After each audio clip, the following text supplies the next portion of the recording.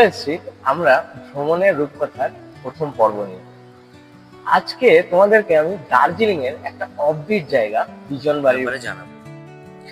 এই উইকেন্ডে নেচারের অনুভূতি নিতে আমরা রায়গঞ্জ থেকে বাসে করে শিলিগুড়ি এবং সেখান থেকে শেয়ার কার করে ভায়া দার্জিলিং হয়ে বিজনবাড়ির রিভার উড ইন হোমস্টেতে চলে গিয়েছিলাম। তোমরা চাইলে শিলিগুড়ি থেকে দার্জিলিং এর একটা শেয়ার কার নিতে পারো এবং দার্জিলিং থেকে বিজনবাড়ি অন্য একটা শেয়ার কারে করে যেতে পারো, তাতে সময়টা একটু বেশি লাগতে পারে।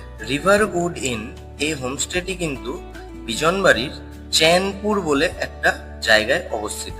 এই গেট দিয়েই সিঁড়ি বেয়ে দুপা নিচের দিকে হাঁটলেই আমরা পেয়ে যাব আমাদের হোমস্টেটি। পাহাড়ের বুকে রঙ্গিত নদীর পাশে অবস্থিত এই সুন্দর হোমস্টেটিতে থাকা এবং 4 বেলা খাওয়া দাওয়া নিয়ে মাথা পিছু খরচ পড়বে মাত্র 2 থেকে 2,500 টাকা। এই হোমস্টেটি খুব পরিষ্কার পরিচ্ছন্ন এবং রুমগুলো খুবই সুন্দর।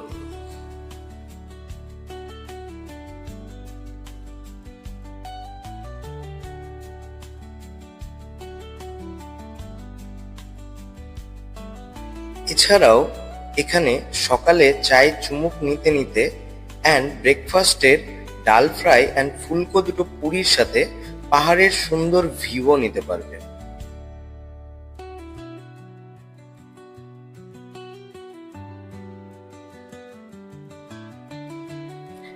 বাকি সময়টি এদিক ওদিক ঘুরে নেওয়ার পর দুপুরে পাহাড়ে বয়ে আসা ঠান্ডা রঙ্গিত নদীর জলে স্নান করে এগ কারির সাথে ট্রপিক্যাল বাঙালি লাঞ্চ উপভোগ করতে পারবে।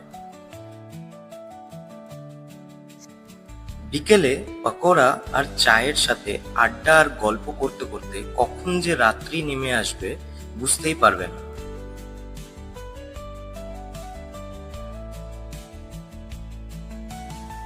এবং রাত্রে চিকেন কারি আর ভাত খেয়ে রঙ্গিত নদীর সুরসুর আওয়াজের সাথে খুব সুন্দর ঘুম চলে আসবে। এই ছিল আমাদের দুদিনের বিজনবাড়ির এক্সপিরিয়েন্স। তোমরাও যদি একঘেয়ে লাইফ থেকে বোর হয়ে দুদিন নেচারের মধ্যে কাটাতে চাও তাহলে অবশ্যই এই জায়গাটা থেকে ঘুরে আসতে পারো। ডেসক্রিপশন অ্যান্ড স্ক্রিনে হোমস্টে অ্যান্ড শেয়ার কার ড্রাইভারের কন্ট্যাক্ট ডিটেলস রয়েছে।